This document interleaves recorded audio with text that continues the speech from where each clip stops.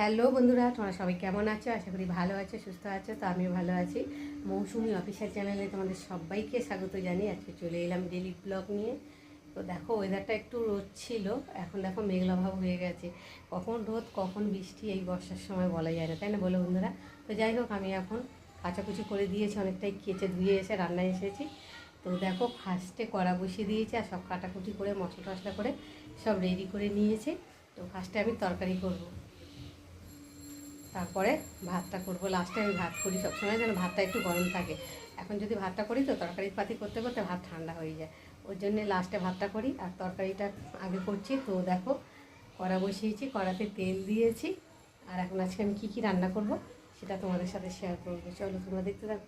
দেখো বন্ধুরা, কড়াতে তেল দিয়েছি, তেলটা গরম হচ্ছে। তো চলো কি রান্না করব। দেখো, রুই মাছ নিয়েছি, রুই মাছের ঝাল হবে, টমেটো আদা রসুন পেঁয়াজ টিয়াজ দিয়ে ঝাল করব। আর এখানটায় নিয়েছি পুঁই শাক, কাঁঠালের দানা, আলু বেগুন দিয়ে একটা মাছের মাথা দিয়ে একটা চচ্চড়ি করব। আর এখানটায় নিয়েছি পটল আলু, দেখো কেটে নিয়েছি ভাজার জন্যে। আর এখানে মশলা করে নিয়েছি মাছের জন্যেও আর চচ্চড়ির জন্যেও। দেখো, এখানে কাঁচা লঙ্কা, জিরে বাটা, আদা বাটা, রসুন বাটা, একটা টমেটো কুচি, পেঁয়াজ কুচি আর ধনে পাতা। তো তেলটা গরম হয়ে গেছে, আর এখন এই যে নুন হলুদ লঙ্কা মাখিয়ে রাখা মাছগুলোকে ফাঁকে দিয়ে ভেজে নেব।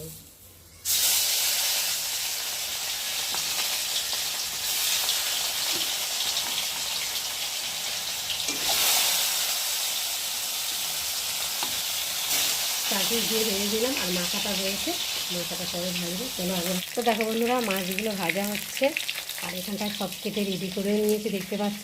আর এখন মাছটাকে ভেজে এসেছি, তুলে নেব। তো দেখো বন্ধুরা, মাছগুলো বেশ ভালোভাবে ভেজে নিয়েছি, আর এখন আমি মাছগুলোকে তুলে নেব।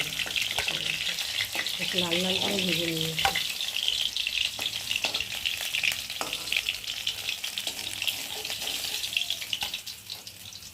দেখো, এবার মাথাটা ভেজে নেব।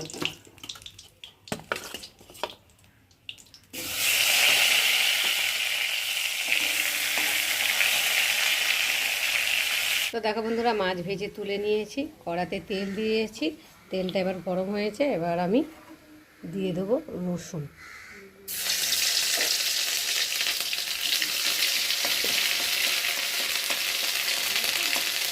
রসুনটা একটু লাল লাল করে না ভেজে নিলে তো রসুনের একটা গন্ধ বেরোবে, কাঁচা গন্ধ থেকে গেলে তো সেটা খাওয়াই যাবে না একদম, শুধু গন্ধটা নাকে লাগবে। এমনি রসুন খাওয়া ভালো। তো চলো, এবার আমি দিয়ে দেবো পেঁয়াজ।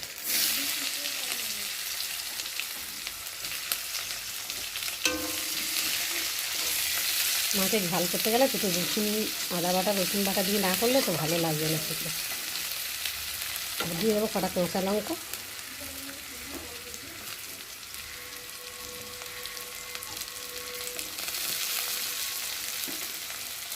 যাতে পেঁয়াজটা নরম হয় তার জন্য আমি নুন দিয়ে দেবো।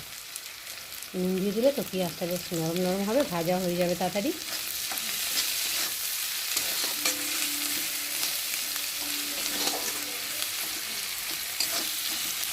দেখো, পেঁয়াজটা ভাজা ভাজা হয়ে এসেছে।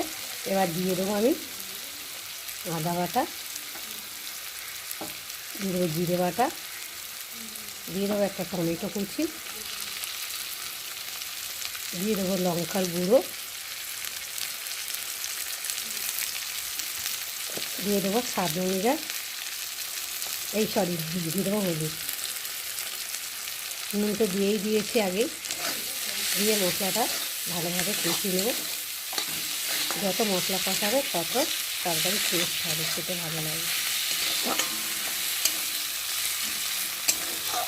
তো দেখো বন্ধুরা, মশলা কষাতে মশলা থেকে তেলও ছেড়ে দিয়েছে, আর মশলা সুন্দরভাবে কষানো হয়ে গেছে। আর যে কষানো ভাবটা বেশ বোঝা যাচ্ছে যে তেলটা দেখো ছেড়ে দিয়েছে। আর এখন আমি একটু নেড়ে চেড়ে আর পরিমাণ মতো জল দিয়ে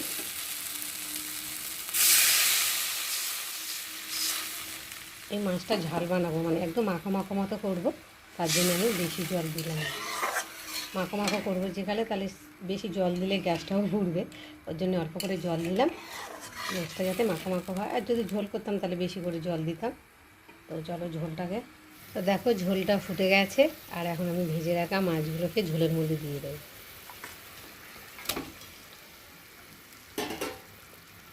একটু খুন্তি দিয়ে ঝোলের মধ্যে মিশিয়ে দেব।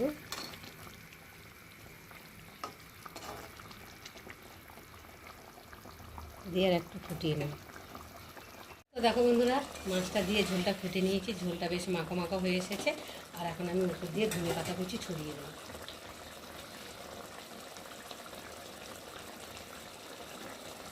তো বন্ধুরা, আজকে আমার রুই মাছের ঝালের রেসিপি কেমন লাগলো তোমরা কিন্তু অবশ্যই কমেন্ট করবে।